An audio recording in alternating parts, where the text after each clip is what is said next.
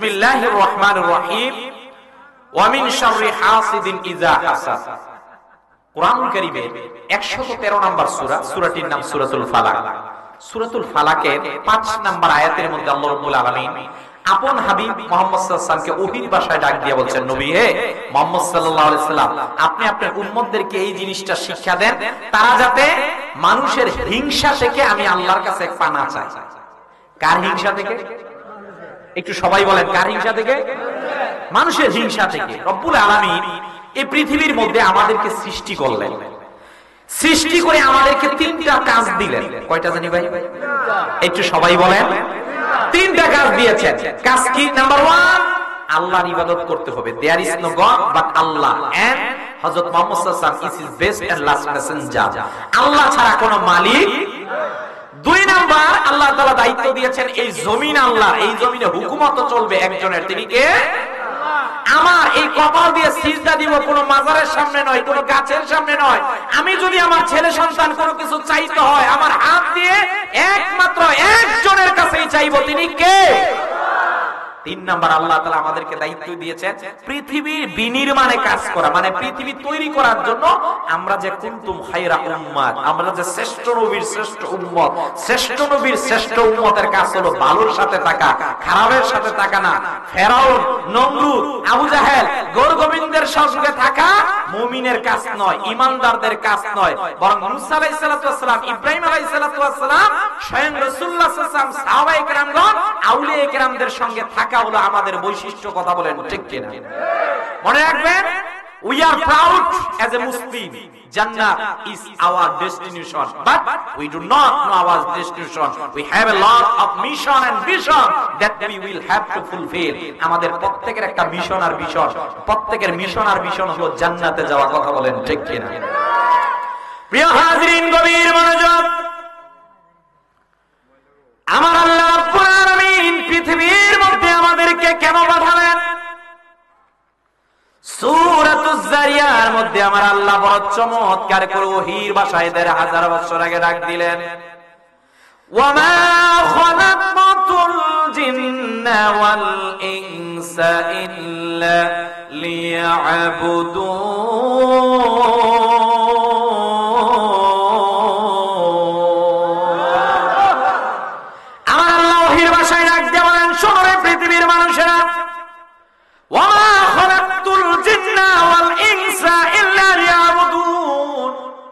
আমি মানুষ আর জিন জাতি, এই 2টা জাতিকে শুধুমাত্র কেবলমাত্র আমার গোলামি দাসত্ব করার জন্য তৈরি করেছি।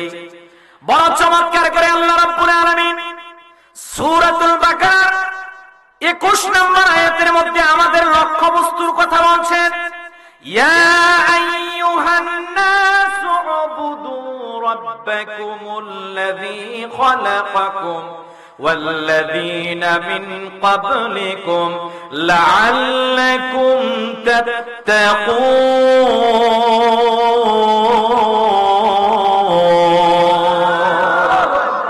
আল্লাহ তাআলা বলেন, ইয়া আইয়ুহান নাস, হে মানুষেরা, উবুদু, তোমরা ইবাদত করো, রাব্বাকুম, তোমাদের রবের। কোন রবের? আল্লাহ রাব্বুল আলামিন চূড়ান্ত ভাবে বললেন ওই রব যিনি কুল হুয়াল্লাহু আহাদ, যিনি একক আল্লাহ, তিনি ওই আল্লাহ। আল্লাহ রাব্বুল আলামিন বললেন, আল্লাহু লা ইলাহা ইল্লা হুয়াল হাইয়ুল কাইয়্যুম। এরকম আল্লাহ তাআলা নিজের কথাগুলো বিস্তারভাবে কোরআনুল কারীমের মধ্যে ডাক দিয়ে গোটা পৃথিবীর মানুষদেরকে ডাক দিলেন, শোনো রে পৃথিবীর মানুষেরা, আমি আল্লাহ রাব্বুল আলামিন তোমাদেরকে কেন তৈরি করলাম?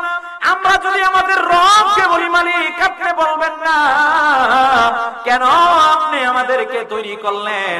গোটা কোরআনুল কারীমের 114 শিরোনাম আপনি গবেষণা করে দেখবেন, গোটা কোরআনুল কারীমের মধ্যে আল্লাহ তাআলা আমাদেরকে 3টা কারণে তৈরি করেছেন। নাম্বার 1, আল্লাহর ইবাদত করার জন্য। নাম্বার 2, জমিনে আল্লাহর আইন বাস্তবায়নের জন্য। নাম্বার 3, পৃথিবী বিনির্মাণের জন্য। আমার নবীজি সাল্লাল্লাহু আলাইহি সাল্লাম ১৫০০ বছর আগে পৃথিবীর মধ্যে যখন আগমন করলেন, নবীজি আমার সাহাবীদেরকে ডাক দিয়ে বললেন, শোনো রে, আমি তোমাদেরকে জানিয়ে দিলাম আল্লাহ তাআলা তোমাদেরকে দুনিয়ার মধ্যে পাঠিয়েছেন মানুষের কল্যাণকামী হওয়ার জন্য। ওগো নবীজি, আপনি বলবেন না মানুষের কল্যাণকামী কে হবে? নবীজি ডাকতে বলেন, শোনো রে, তোমাদেরকে জানিয়ে দিলাম মানুষের কল্যাণকামী যে হবে সেই ব্যক্তিটা এমন হবে, এর মধ্যে মিথ্যা থাকবে না, গীবত থাকবে না, পরনিন্দা থাকবে না, শিকায়াত থাকবে না, হারাম থাকবে না, এর মধ্যে সত্যবাদী থাকবে, ন্যায় বিচার থাকবে, এর মধ্যে মানবতা, মানব অধিকার থাকবে। জোরে জোরে বলেন আল্লাহু আকবার। আমার নবীজি ডাক দিয়ে বলেন, শোনো, নাম্বার 1 পৃথিবীর মধ্যে তুমি গোলামি করবে আল্লাহ। নাম্বার 2 জমিনে আল্লাহর আইন বাস্তবায়ন করার জন্য কাজ করবে। নাম্বার 3 পৃথিবী বিনির্মাণে তুমি কাজ করবে। পৃথিবী বিনির্মাণ তুমি ততক্ষণ করতে পারবে না যতক্ষণ তুমি পরিপূর্ণ, সুস্থ, পরিপূর্ণ সহি পথে, ইহদিনাস সিরাতাল মুস্তাকিম পথে না থাকবে। এবার আমার নবীজি ডাক দিয়ে বলেন, শোনো, তুমি যদি পৃথিবী বিনির্মাণে কাজ করতে চাও, আমার সাচ্চা উম্মত হতে চাও, 1 নাম্বার তোমার জীবন থেকে যেই জিনিসটা দূরে সরাতে হবে তার নাম হিংসা। কথা বলেন না কেন? আমার নবীজি ডাক দিয়ে বলেন, শোনো শোনো, সর্বপ্রথম কে হিংসুক ছিল? এই হিংসার উদ্বোধন কে করলেন?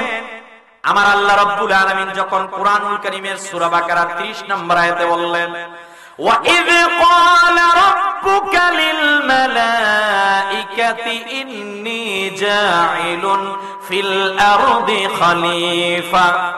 আল্লাহ রাব্বুল আলামিন ফেরেশতাদেরকে বললেন, শোনো রে ফেরেশতারা, আমি আমার জমিনের মধ্যে আমি আমার প্রতিনিধিদেরকে পাঠাবো। ফেরেশতারা আল্লাহকে ডাক দিয়ে বললেন, আল্লাহ, আপনি কি এমন কাউকে দুনিয়ার মধ্যে পাঠাবেন? ক্বালু আতাজআলু ফিহা মান ইউফসিদু ফিহা ওয়া ইয়াসফিকুদ দিমা ওয়া নাহনু নুসাব্বিহু বিহামদিকা ওয়া নুকদ্দিসু লাক। আল্লাহ, আপনি কি পৃথিবীর মধ্যে এমন কাউকে পাঠাবেন যারা পৃথিবীর মধ্যে গিয়ে খুন খারাপি, রক্তপাতের মধ্যে, যুদ্ধের মধ্যে, বিগ্রহের মধ্যে যুক্ত হয়ে যাবে? আমার আল্লাহ তাআলা ফেরেশতাদেরকে বললেন, ক্বালা ইন্নী আ'লামু মা লা তা'লামুন। শোনো রে, আমি আল্লাহ যা জানি তোমরা কিন্তু তা জানো না। ফেরেশতাদের কথাকে আল্লাহ বায়ান করে মানুষ তৈরি করলেন। এই মানুষদেরকে আল্লাহ তৈরি করে ফেরেশতাদেরকে বললেন, যাও যাও যাও, মানুষদেরকে তোমরা সিজদা করো। সব ফেরেশতারা মানুষদেরকে সিজদা করলেন, কিন্তু একমাত্র আল্লাহ রাব্বুল আলামিনের আদেশটা মানতে পারলো না, যার নাম পরবর্তীতে ইবলিস হয়েছে। কথা বলেন ঠিক কিনা? মানুষকে সবাই মেনে নিতে পারলো, কিন্তু ইবলিসটা মেনে নিতে পারলো না। বলল, কেন? এ তো মাটির তৈরি। কিসের? এ ছিল জিন জাতি, কিন্তু ফেরেশতাদের ভালো লেগেছে, পৃথিবীর পূর্বে জিন জাতিরা ছিল। এই ভাই সমস্যা, ভিডিও কর ভাই, এদিকে অ্যাটেনশন, মনোযোগ আছে তো? সমস্যা নাই তো? একটু সময় দিবেন তো আমারে? ইনশাআল্লাহ বলেন ইনশাআল্লাহ। তো বলা হচ্ছে এই ফেরেশতারা এই আযাজিল, এই ইবলিসটাকে উপরে নিয়ে গেল, এই ইবাদত করতে করতে উচ্চ স্তরে গেল, কিন্তু এত জিন জাতি, এত আগুনের তৈরি ছিল। কথা বলেন না কেন? আল্লাহ বলেন, এই আদমকে সিজদা করো। বলছে, আদমকে কেন সিজদা করবো? এই মাটির তৈরি, আমি আগুনের তৈরি, আর আমি 6 লক্ষ বছর ইবাদত করেছি। কত? Can you imagine how it possible? এটা আবার কেমনে সম্ভব? আমরা হায়াত পাই 40, 50, 60। চাচার বয়স কত? 100 তো হবে না, 150 বছর হায়াত করেন। 200 বছরের লোক আপনাদের এখানে আছে? আরে কথা বলেন না কেন? বাবা আদম 960 বছর হায়াত পেয়েছে। নূহ আলাইহিস সালাতু ওয়াস সালাম 1340 বছর হায়াত পেয়েছে। বাদশা জুলকারনাইনের ব্যাপারে পেয়েছে 1500 বছরের অধিক হায়াত। হযরত লোকমান হাকিম 1000 বছর হায়াত পেয়েছে। লোকমান হাকিম বলেছেন যে আমি আমার 2 হাত দিয়ে 4000 নবীর খেদমত করেছি। তো সর্বোচ্চ হায়াত তো ওনারা পেয়েছেন। রাসূলুল্লাহ বলেছেন আমার উম্মতের গড় আয়ু হলো 60 থেকে 70 বছর। কত? আর এই ইবলিস ইবাদতই করেছিল 6 লক্ষ বছর। আল্লাহু আকবার। এত ইবাদত করার পরে আল্লাহর আদেশ অমান্য করলেন, বাবা আদমকে সিজদা করে নাই। এই যে আমাদের প্রথম বিষয়ের নাম হলো হিংসা করা। সর্বপ্রথম আপনি হিংসা করেন নাই, আপনার বাবা করে নাই, আপনার দাদা করে নাই। সর্বপ্রথম যে হিংসা করেছিল তার নাম হলো ইবলিস। রব্বুল আলামিন ডাক দিয়ে বলেন, শোনো রে, হিংসা আমি আল্লাহ পছন্দ করি না, হিংসাকে আমি আল্লাহ ভালোবাসি না। যে হিংসা করে, হিংসার সাথে যে যুক্ত থাকে, তার স্থান হলো জাহান্নাম, তার উপরে আমি আল্লাহর লানত। কিন্তু হিংসা থেকে যে ব্যক্তি মুক্ত থাকে, তার মাথার উপরে আমি আল্লাহর কুদরতি হাত থাকে। আমার সাহাবী ছিলেন।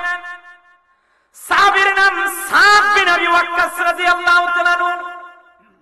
সম্পর্কে যিনি নবীজির মামা ছিলেন, নবীজি সাল্লাল্লাহু আলাইহি সাল্লাম ওনার জন্য দোয়া করেছিলেন। কেমন দোয়া? নবীজি হযরত সাদ বিন আবি ওয়াক্কাসের জন্য দোয়া করলেন, আল্লাহ আপনি আমার মামা সাদ বিন আবি ওয়াক্কাসকে মুস্তাজাবাতুদ দাওয়াত বানান।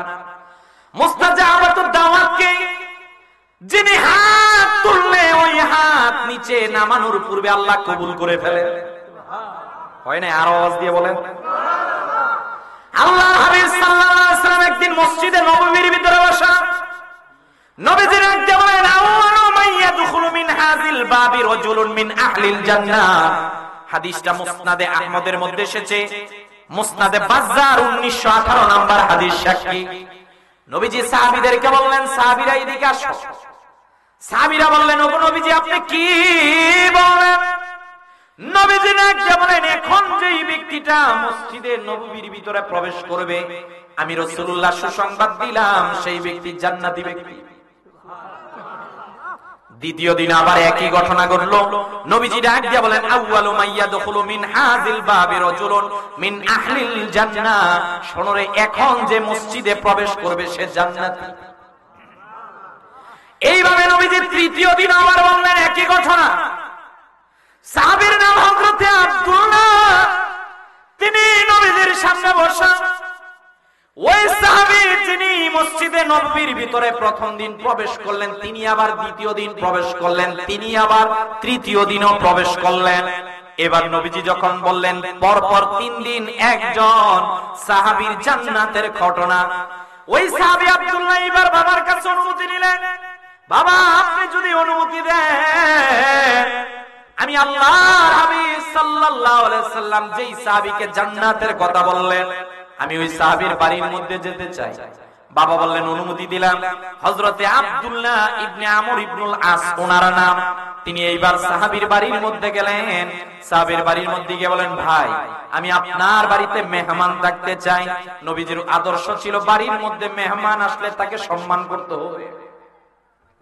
কথা কথা আমাদের মন খারাপ হয়ে যায় কথা কর না। আল্লাহ যদি কোন বান্দাকে ভালোবাসে তাহলে তাকে 3টা জিনিস দেয়। কথা কর না। 1 নাম্বার বৃষ্টি দেয়। কি দেয়? 2 নাম্বার একে মেয়ে সন্তান দান করে। আর আমরা ছেলে সন্তান হলে ফেসবুকে 6 মাস আগে আল্ট্রাসোনোগ্রাম করে ছেলে হবে, আর যদি মেয়ে হয় বাড়িতেই বাইরে হয় না। কথা বলেন না কেন? মিষ্টির কথা বলে তো মুখের মধ্যে বাড়ি শুরু করবে। কথা বলেন না কেন? অথচ রাসূলুল্লাহ মেয়ে কারো ঘরে পরপর 3টা আসলে তো জান্নাতেরই সার্টিফিকেট মারাবো বলে। আর 3 নাম্বার, আল্লাহ যদি কাউকে ভালোবাসে তার বাড়ির মধ্যে মেহমান আসে, তবে মেহমান এসে থাকবে 3 দিন। কয়দিন? 3 দিন পর্যন্ত সমাদর করবে, এরপরে আর কিছু কইবেন না। টাকা যতদিন থাকবো, তবে তার ইনসাফ রাখা উচিত, 3 দিনের বেশি যে থাকা উচিত না। কথা বলেন না কেন?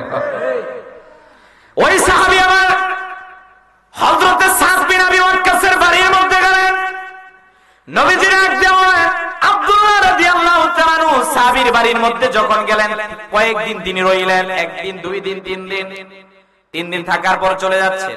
সাদ বিন আবি ওয়াক্কাস জিজ্ঞেস করলেন, ওরে ভাই কেন তুমি আমার বাড়ির মধ্যে এসেছো? কোনো কারণ তো আছে, কিছু বললা না, আবার চলেও যাচ্ছ।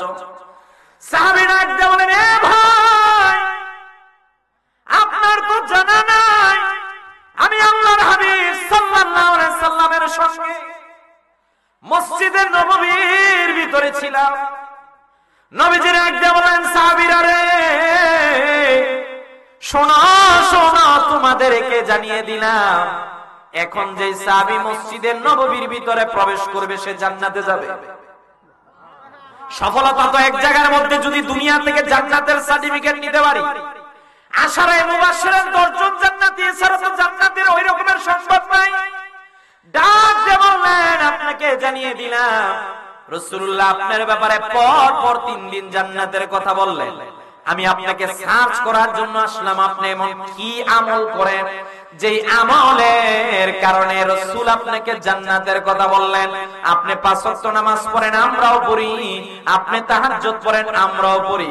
আপনি পরিবারকে সময় দেন, আমরাও সময় দেই। আপনি সত্য কথা বলেন, আমরাও সত্য কথা বলি। আপনার মধ্যে তো স্পেশাল কোন ধরনের আমল খুঁজে পেলাম না। হযরত সাদ বিন আবি ওয়াক্কাস হযরত আব্দুল্লাহকে ডাক দিয়ে বলেন, এ ভাই আব্দুল্লাহ, তোমাকে জানিয়ে দিলাম আমার মধ্যে ওই রকমের কোন স্পেশাল আমল নাই, তবে আমার মধ্যে একটা স্পেশাল আমল আছে।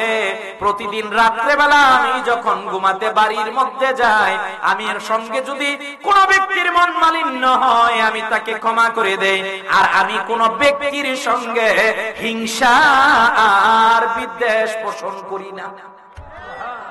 আরো আওয়াজ দিয়ে বলেন। নবীজি ডাক দিয়ে বলছেন যে আমার এই সাদ বিন আবি ওয়াক্কাস সে মুস্তাজাবাতুদ দাওয়াত, আব্দুল্লাহ আল্লাহ কবুল করেন। এই সাহাবীকে আমি জান্নাতের 3 দিন ঘোষণা দিলাম। হযরত আব্দুল্লাহ বলেন, নবীজি তোমার ব্যাপারে 3 দিন জান্নাতের সুসংবাদ দিয়েছেন। What is the reason? কারণ কি? তিনি ডাক দিয়ে বলেন, কারণ হলো একটা, আমি কখনো কোন অবস্থায় কোন মানুষের প্রতি হিংসা বিদ্বেষ পোষণ করি না। ওই সাহাবী ডাক দিয়ে বলেন, ওয়াল্লাহি খোদার কসম করে আপনাকে জানিয়ে দিলাম, আপনি মানুষের প্রতি হিংসা বিদ্বেষ না রাখার কারণে রাসূলুল্লাহ আপনাকে পরপর 3 দিন জান্নাতের কথা বলেছেন। বলেন সুবহানাল্লাহ। আমার নবীজি সাল্লাল্লাহু আলাইহি সাল্লাম সাহাবীদেরকে বললেন, শোনো রে সাহাবীরা, তোমাদেরকে জানিয়ে দিলাম প্রতি সোমবার আর বৃহস্পতিবার প্রতিটা মানুষের আমলনামা আল্লাহর দরবারে উপস্থাপন করা হয়, সোমবারে আর বৃহস্পতিবার। এজন্য রাসূলুল্লাহ প্রতি সোমবারে রোজা রাখতেন, আল্লাহর হাবিব প্রতি বৃহস্পতিবার রোজা রাখতেন। নবীজি ডাক দিয়ে বলেন, শোনো শোনো, তোমাদেরকে জানিয়ে দিলাম সোমবার আর বৃহস্পতিবার আল্লাহর সামনে বান্দার আমলনামাগুলো উপস্থাপন করা হয়। আল্লাহর যদি ভালো লাগে আল্লাহ সব বান্দাদেরকে maaf করে দেন, কিন্তু 2 শ্রেণীর লোকদেরকে আল্লাহ maaf করেন না। 1 নাম্বার, কেউ যদি হিংসার বশীভূত হয়ে শত্রুতা পোষণ করে, আর 2 নাম্বার, কেউ যদি আত্মীয়তার সম্পর্ক ছিন্ন করে। এই 2 শ্রেণীর লোক ব্যতীত আল্লাহ যাকে ইচ্ছা তাকে সোমবার আর বৃহস্পতিবারে ক্ষমা করে দেন। বলেন আল্লাহু আকবার। আল্লাহর হাবিব সাল্লাল্লাহু আলাইহি ওয়াসাল্লামের আরেক হাদিস, আম্মা জান আয়েশা রাদিয়াল্লাহু তাআলা আনহা বলেন, শোনো রে সাহাবীরা, তোমাদেরকে জানিয়ে দিলাম শাবান মাসের 14 রাতে ওই মধ্য রজনীর মধ্যে আল্লাহ রাব্বুল আলামিন সকল বান্দাদেরকে ক্ষমা করে দেন, তবে ওই সমস্ত লোকদেরকে ক্ষমা করেন না যারা একজন আরেকজনের সাথে শত্রুতা পোষণ করে। বলেন নাউজুবিল্লাহ। রাসূল করিম সাল্লাল্লাহু আলাইহি ওয়াসাল্লাম সাহাবায়ে কেরামদেরকে ডাক দিয়ে বলছেন, শোনো, আমি তোমাদেরকে জানিয়ে দিলাম হিংসুকের প্রতি আল্লাহ নারাজ। কথা বলেন। আমাদের সমাজে হিংসা আছে কিনা? মাই হাম্বল রিকোয়েস্ট, আপনারা একেবারে গ্রামের প্রত্যন্ত এলাকার মানুষ, সহজ সরল প্রকৃতির মানুষ, আপনারা দিন এনে দিন খান। কথা বলেন। কাজটা কি? আপনাদের লাইফ স্টোরিটা কি? লাইফ স্টোরি এইটা। আজকে মনে করেন ওয়াজ শেষে বাড়িতে যাবেন, ফজরের নামাজ পড়বেন, ফজরের নামাজ শেষে আপনার ওয়াইফ খাবার তৈরি করে দিবে, আপনি খাবার খেয়ে দুপুরের খাবার নিয়ে বেলাই বিলের মধ্যে হাওরের মধ্যে যাবেন। কথা বলেন। কাজকর্ম শেষে আবার সন্ধ্যার সময় আসবেন, মাঝখানে আপনার নামাজগুলো হয়তো আদায় করবেন, সন্ধ্যার সময় এশারের নামাজ পড়ে আপনি ঘুমাতে যাবেন। কথা বলেন। শেষ এইভাবে 1 বছর, 10 বছর, 20 বছর, একদিন মৃত্যুর ঘন্টাটা আপনার বরাবর এসে যাবে। একদিন এমন একটা সিচুয়েশন যে আপনি ওই যে সামনে কবরস্থানে ডুবে থাকবেন। কথা বলেন। কিন্তু আমরা যারা শহরে থাকি আমাদের মধ্যে নানাবিধ সমস্যা, সোশ্যাল মিডিয়ার সমস্যা, হারাম রিলেশনের সমস্যা, কত সমস্যা শেষ নাই। ও মুসলমান, আপনি গ্রাম অঞ্চলের মানুষ, আপনার ঈমানটা যদি ঠিক রাখতে পারেন, 5 ওয়াক্ত নামাজ যদি ঠিক রাখতে পারেন, মানুষের সাথে হিংসা, গীবত, পরনিন্দা থেকে যদি দূরে থাকতে পারেন, আমি চ্যালেঞ্জ করে বলতে পারি নিশ্চিত আপনার জন্য অপেক্ষা করতেছে আল্লাহর জান্নাত। কথা বলেন ঠিক কিনা? কিন্তু সিচুয়েশন যদি এই রকমের হয় যে আল্লাহ তাআলা তাকে 10 সন্তান দিয়েছে, আমাকে কেন দিল না? তার 10 তলা বিল্ডিং আছে, আমার কেন নাই? তার সন্তান প্রবাসের মধ্যে থাকে, আমার সন্তান নাই। রাসূল বলছেন হিংসা তো ওই জিনিস, কেউ যদি কারো সুখ শান্তি বরকত দেখে সে তার প্রতি হিংসা রাখে। হিংসা বলতে কোনটা, যে তার আছে আমার নাই, মানে কি নিজেকে যোগ্য মনে করা, নিজেকে অন্যের মাঝখানে সবচেয়ে উপরে উঠানো। আল্লাহ রাসূল বলেছেন তুমি নিজেকে উপরে উঠালে হবে না, আল্লাহ যাকে উপরে উঠায় সেই উপরে উঠে, আল্লাহ যাকে নিচে নামায় সেই নিচে নামায়। কথা বলেন না কেন? মনে রাখবেন ভাই, আপনার আমার প্রত্যেকের জীবনের হিসাবটা একজনের কাছে দিতে হবে, তিনি কে? We have to give an account of every moment of our life to Allah. আমাকে আমাদের প্রত্যেককে আল্লাহর কাঠগড়ায় দাঁড়াতে হবে, আল্লাহর কাঠগড়ায় দাঁড়িয়ে জীবনের হিসাব দিতে হবে। ওই দিন রাসূলুল্লাহ বলেছেন সবচেয়ে এক শ্রেণীর দরিদ্র আছে, কারা? যারা দুনিয়ায় নামাজ, রোজা, হজ, যাকাত সব ইবাদত করত, কিন্তু আখিরাতে সে দরিদ্র। রাসূলুল্লাহ বলেছেন দরিদ্র কেন? সে মানুষের সাথে হিংসা করত, হিংসা করার কারণে সে গীবত করত, গীবত করার সাথে সাথে পরনিন্দা করত। ওই যে হিংসা, গীবত, পরনিন্দা করত, তার জীবনে যত আমল সব আল্লাহ তাআলা দূরীভূত করে দিয়েছেন। আর বিষয়টা এরকমের হয়ে গেছে, তার সব আমল তাকে দিয়েছে, তার ওই ব্যক্তির সব খারাপি আমল নিজের মধ্যে নিয়েছে। সে শুধু আখিরাতের মধ্যে হায় হতাশ করবে, হায় হতাশ ছাড়া কিছু করার নাই। কথা বলেন না? তাহলে একই পাশে ক্ষেতের আইল, আইল করেন আপনারা? একই পাশে আইল, আপনার আইল এই ডান পাশে, ওনার আইল বাম পাশে। ওনার ক্ষেতের মধ্যে ফসল ভালো হয়, আপনারটা ভালো হয় না। আপনি আবার মন খারাপ করলেন, ধর ওনার ফসলটা ভালো হচ্ছে না, উনি দিন দিন উন্নতি করতেছে, আপনার মনের মধ্যে কে জানি ওয়াসওয়াসা দিতেছে এই লোক ভালো না। এবার তাকে যখন আপনি প্রতিপক্ষ মনে করবেন, প্রকাশ্য শত্রুটা বলবে তুমি আবার দোকানে যাও, দোকানে গিয়ে বলবা সেই বছর ক্ষেত করেছে ঠিক, কিন্তু সার বেশি দিয়েছে। কথা বলেন না কেন? সার বেশি দেওয়া মানে কি তাকে নেগলেক্ট চোখে দেখা। কথা বলে, কিন্তু আপনার দায়িত্ব ছিল মুমিন হিসেবে, তার ফসল ভালো হয়েছে আলহামদুলিল্লাহ, মাশাআল্লাহ, তার ফসল ভালো হয়েছে, আল্লাহর কাছে যদি শুকরিয়া আদায় করতে পারেন, আগামী বছর দেখবেন আপনার ফসলও ভালো হয়েছে। কথা বলেন না কেন? হিংসুক এই রকমের এক ইমাম সাহেব একদিন লাইলাতুল বরাতের মধ্যে মসজিদের মধ্যে তিনি দেখলেন যে লাইলাতুল বদর শবে বরাতের মধ্যে মসজিদের মধ্যে আমরা সবাই ইবাদত করি। কথা বলেন না? আগে পরে পাঁচ ওয়াক্ত পড়ি বা না পড়ি, লাইলাতুল বরাত, লাইলাতুল কদর মিস দেওয়া যাবে না। কথা বলেন না কেন? ইমাম সাহেব দেখলেন এক মুসল্লি এমন ইবাদত করতেছে, সব মুসল্লি চলে গেছে বাড়ির মধ্যে, কিন্তু এক মুসল্লি একেবারে ইমাম সাহেবের পাশে, মানে কি মুয়াজ্জিনের জায়নামাজের পাশে বসে ইবাদত করতেছে। সারা রাত ইবাদত বন্দি করে ক্লান্ত পরিশ্রান্ত, সালাতুল ফজরের সময় ইমাম সাহেব জিজ্ঞেস করে, ভাই আপনাকে তো আগে পরে আর দেখি না নামাজ পড়তে, আজকে এত নামাজ পড়েছেন, হুজুর জানেন না আপনি? আপনিই না কিছুক্ষণ আগে ওয়াজ করলেন লাইলাতুল বরাতে আল্লাহর কাছে যা চাওয়া হয় আল্লাহ তাই কবুল করে। ঘটনা তো ঠিক, রাত্র যেহেতু গুরুত্বপূর্ণ, তো বললো আজকে এমন কি চাইছেন? হুজুর আপনার কাছে তো দোয়া চাওয়া যায়, দোয়া হিসাবে বলতে পারি, আমার পাশের আমার চাচাতো ভাই মিস্টার সলিমউদ্দিন এটসেট্রা কোন একটা নাম, ও আমার সঙ্গেই থাকে, সবকিছু চলে, আমারও একটা গরু, তারও একটা গরু, কিন্তু আমার গরুটা দুধ দেয় 1-1.5 কেজি, আর তার গরুটা দুধ দেয় 20 কেজি। কয় কেজি? কয়টা কি মেনে নেওয়া যায়? আমার 5 সন্তান, 3 তলা বিল্ডিং, আমার কি নাই, কিন্তু এর তো কিছু নেই, এর গরুটা 20 কেজি দুধ দেয়। আজকে আমি তো আপনি ওয়াজ করছেন না কিছু আগে, যে আল্লাহর কাছে আজকে যা চামু, আজকে দোয়া করে গেলাম আল্লাহ তাআলা কালকে সকালবেলা তার গরুটাকে মেরে ফেলে। দোয়াটা কেমন দোয়া করছে? বাড়ির মধ্যে যায় তার গরু মরে গেছে 1.5 কেজির মতো না। এই যে হিংসার উদ্রেকটা প্রথম শুরু করেছে কে? ইবলিস, শয়তান। কথা কর না কে? ও 6 লক্ষ বছর ইবাদত করে আল্লাহর নামের কাতার থেকে, বাদ্যের কাতার থেকে অবাদ্যের কাতারে নাম লিপিবদ্ধ করে 3টা শক্তি চেয়েছে আল্লাহ, কিয়ামত পর্যন্ত আয়াত আল্লাহ দিলাম। আল্লাহ আমি যাতে অসুস্থ না হই, আল্লাহ বলেন যা দিলাম। আয় রব্বুল আলামিন আমি যাতে বনি আদমের রক্তে চলাচল করতে পারি, আল্লাহ বলেন যা এইটাও দিলাম। কি করবি?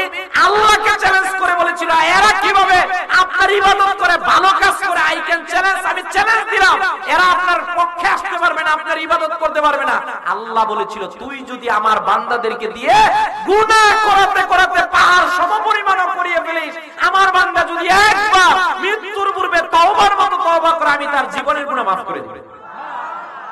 আমরা তো ওই আল্লাহর বান্দা। কথা বলেন না? এখানে কেউ আছেন এমন যে হুজুর আমি হাত দিয়ে বললাম আমার জীবনে কোনো গুনাহ নাই? কে আছেন? আপনার কাছে মুরিদ বুঝে নেই চাচা আর কি। মানে এমন কি কেউ আছেন যে লাইফে কোনো গুনাহ নাই? গুনাহ আছে। প্রত্যেকের জীবনে কিছু না কিছু গুনাহ আছে, এটাই তো ভাই না। এই যত গুনাহ হোক না কেন, আমার আল্লাহ ডাক দিয়ে বলছেন, তুমি যদি একবার মৃত্যুর পূর্বে তওবার মতো তওবা করতে পারো, তওবা করতে দেরি হবে, আমি আল্লাহ তোমাকে মাফ করতে দেরি করব। আরো আওয়াজ দিয়ে বলে, শুধুমাত্র দুই শ্রেণীর লোকদের সঙ্গে আপনি হিংসা করতে পারবেন। নবীজি সাল্লাল্লাহু আলাইহি সাল্লাম বললেন, লা হাসাদা ইল্লা ফিসনাতাইন। শোনরে, দুই শ্রেণীর লোকদেরকে দেখে শুধুমাত্র তুমি হিংসা করতে পারবা। কেমন হিংসা? মনে করেন আমার চাচা, তিনি কোরআনুল কারীম পড়তে পারেন। আমার চাচারা প্রতিদিন ফজরের পর ফজরের নামাজ আদায় করে বাড়ির মধ্যে গিয়ে সূরাতুল ইয়াসিন তেলাওয়াত করেন। প্রতিদিন সকাল বেলা এক পারা কোরআনুল কারীম তেলাওয়াত করেন। এই রকমের প্রতিদিন অজর দ্বারাই কোরআন তেলাওয়াত করে আর রবের কাছে বলেন, আল্লাহ এ তো আপনার কালাম, আল্লাহ এই কোরআন তো সুপারিশ করবে গো আল্লাহ, আপনার কোরআন পড়তেছি, কোরআন যাতে কবরে আমার পক্ষে আসে, কোরআন যাতে আখিরাতের ময়দানে আমার পক্ষে আসে। আল্লাহর হাবিব ডাক দিয়ে বলছে, আমার কোন উম্মত যদি এই রকমের কোরআন পাঠ্যকারী ব্যক্তিদেরকে দেখে, আর ব্যক্তিটা যদি চিন্তা করে আমিও তো কোরআন পড়তে পারি না কিন্তু শিখবো, এবার কোরআন শিখে তার সঙ্গে এক ধরনের হিংসা রাখলো, হিংসাটা এই ধরনের, এখন থেকে আমি বেশি বেশি কোরআন তেলাওয়াত করব। নবীজি যেমন বললেন, কোন বান্দা যদি অপর কোন বান্দাকে কোরআন তেলাওয়াত করতে দেখে, আর সেই ব্যক্তিও যদি নিজের মধ্যে কোরআন, ওই ব্যক্তির সঙ্গে হিংসার কারণে নিজের মধ্যে কোরআন তেলাওয়াত বাড়িয়ে দেয়, এই হিংসার মধ্যে ক্ষতি নাই, এই হিংসার মধ্যে তার জীবনের সফলতা। বলেন সুবহানাল্লাহ। আল্লাহর হাবিব বললেন, কোন ব্যক্তি যদি দান সদকা করে, আর দান সদকা দেখে অন্য কোন মুসলমান যদি চিন্তা করে আমিও তার থেকে বেশি দান করব, নিজের মধ্যে যদি আসে এই ব্যক্তি দান করলো আমি পারলাম না, আমি বেশি করব, নবীজি বললেন এই দুই শ্রেণীর লোকদের মধ্যে হিংসা নাই। এই দুইটা আমল তুমি যদি নিজের মধ্যে বাড়াতে পারো, রাসূল ডাক দিয়ে বলেন, শোনো রে, তোমার জন্য আখিরাতের ময়দানে রয়েছে অসংখ্য পুরস্কার। বলেন আল্লাহু আকবার। আল্লাহর হাবিব সাল্লাল্লাহু আলাইহি ওয়াসাল্লাম সাহাবায়ে কেরামদেরকে বললেন, শোনো রে সাহাবীরা, দুনিয়ার মধ্যে তোমরা কেউ থাকতে পারবে না। দেখেন না একবার জীবনের হিসাবটা করে, আপনার মা কবরে চলে গেছে, বাবা কবরে চলে গেছে, দাদা দাদি আত্মীয় স্বজন কবরের মধ্যে চলে গেছে। ও কিশোরগঞ্জের মুসলমানেরা, আমাদেরকে এই জিনিসটা জানান দিচ্ছে, আমরাও তো দুনিয়ার মধ্যে থাকতে পারবো না, আমাদেরকেও দুনিয়া ছেড়ে চলে যেতে হবে। নবীজি ডাক দিয়ে বলেন, শোনো রে, এই দুনিয়া থেকে তোমরা যখন কবরের যাত্রী হবে, বিষয়টা সহজ নয়। কবর থেকে যখন আখিরাতের ময়দানে দাঁড়াবে, আল্লাহর হাবিব ডাক দিয়ে বলছেন, কোন মালাকুল মউত যদি মানুষের রূহটাকে কবজা করার জন্য আসে, মানুষের রূহটাকে যদি কবজা করা হয়, বিষয়টা সহজ নয়, বিষয়টা অনেক কঠিন হয়ে যায়। মুমিন কেমন মৃত্যুর স্বাদ গ্রহণ করবে? মুমিন তার মা শিশুকালে যেমনি ভাবে দুগ্ধ পান করায়, কোনো কিছুই বুঝে না, দুগ্ধ পান করতে করতে ঘুমিয়ে যায়, ওই রকমের মুমিন মৃত্যুটা তার জন্য হবে। নবীর একজন বললেন, কিন্তু কারো মৃত্যুটা যদি কঠিন হয়ে যায়, জীবন্ত একটা বকরির গা থেকে চামড়াগুলোকে যদি টেনে টেনে ছিঁড়া হয়, বিষয়টা সহজ না কঠিন? অনেক কঠিন। নবীজি বললেন, জীবন্ত একটা বকরির গা থেকে চামড়াগুলোকে টান দিয়ে যদি ছিঁড়া হয়, ওই বকরি পশুটা যতটুক না কষ্ট পায়, একটা মানুষ ইন্তেকালের সময় তার থেকে 1000 গুণে বেশি কষ্ট পায়। বলেন আল্লাহু আকবার। নবীজি এবার বললেন, মৃত্যু তোমার এই অবস্থা। নবীজি বললেন, কবরের মধ্যে মান রব্বুকা ওয়া মান দীনুকা ওয়া মান হাযান নবী, তিনটা প্রশ্ন তোমাদের জন্য করা হবে। যারা দুনিয়ার মধ্যে নামাজ পড়বে, রোজা রাখবে, হজ করবে, যাকাত দিবে, অপর্দানিশীন আমার মা, পর্দানিশীন মা বোনেরা যারা পর্দার ভিতরে থাকবে, আল্লাহর হাবিব ডাক দিয়ে বলছেন, কবরে তিনটা প্রশ্নের উত্তর তারা দিতে পারবে রে। শোনো শোনো, তোমাদেরকে জানিয়ে দিলাম, সমস্যা তো এক জায়গার মধ্যে। নবীজি বললেন, যেই দিন আল্লাহ তাআলা আখিরাতের মাঠ কায়েম করে দিবেন, মানুষের মাথার উপরের মধ্যে সূর্যটা চলে আসবে, মাথার উপরে সূর্য চলে আসার কারণে মানুষের সূর্যের প্রকোপতার কারণে ঘামগুলো কারো হাঁটু পর্যন্ত, কারো পেট পর্যন্ত, কারো মুখ পর্যন্ত চলে আসবে। মানুষ নাফসি নাফসি করা শুরু করে দিবে। মা সন্তানের কাছে যাবে, সন্তান মার কাছে যাবে, নেতা কর্মীর কাছে যাবে, একজন একজনের কাছে যাবে সামান্য থেকে সামান্য আমল নেওয়ার জন্য। নবীজি ডাক দিয়ে বলেন, শোনো রে, ওই দিন কেউ কাউকে পরিচয় দিবে না, ওই দিন সফলকামী তারা হবে, ওই দিন আল্লাহর কাছে ডান হাত থেকে পুরস্কার তারা নিতে পারবে যারা দুনিয়ার মধ্যে একজন আরেকজনের সঙ্গে হিংসা করবে না। বলেন আল্লাহু আকবার। হিংসুক এত অনপাক্ত যে আখিরাতের ময়দানে আল্লাহ রাব্বুল আলামিন তাকে ইসলাহ করবেন না। মানে কি? হিংসুক দুনিয়ার মধ্যে সে আল্লাহর নিয়ামত নিয়ে হিংসা করেছিল। মনে রাখবেন, অহংকার এইটা বনি আদমকে দিয়ে শোভা পায়। কথা বলেন, শোভা পায়। তাহলে কারো যদি একটা সন্তান হাফেজ হয়, এসএসসি পাস করে, কারো ফসলের মধ্যে যদি বরকত হয়, কারো যদি 10 তলা বিল্ডিং হয়, আমরা হিংসা করব না? ওই ভাইয়ের জন্য দোয়া করব। সবাই বলেন ভাই, দোয়া করব, হিংসা করব না। কারণ হিংসা করে সেটা হলো ইবলিস, শয়তান। কথা বলেন, আমরা কি ইবলিসের পক্ষে থাকবো না রাসূলুল্লাহর পক্ষে থাকবো? আমরা কি জান্নাতে যাব না জাহান্নামে যাব?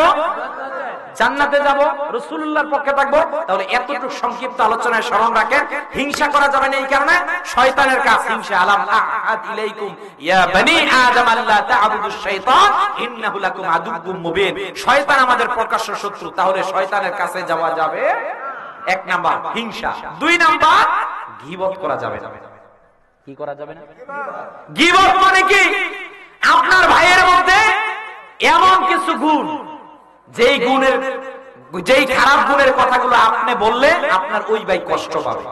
আল্লাহ রাসূল সাল্লাল্লাহু আলাইহি ওয়াসাল্লাম বলছেন এই রকমের কাজ করবে না। ওই ভাই শুনলে যেই বিষয়টা কষ্ট পাবে, ওই রকমের কথা যদি তুমি তোমার সমাজের মধ্যে প্রচার করো, এইটা গীবত। যে ব্যক্তি গীবত করবে সেজন্য তার মৃত ভাইয়ের পুস্তকে বক্ষণ করে। বলেন নাউজুবিল্লাহ।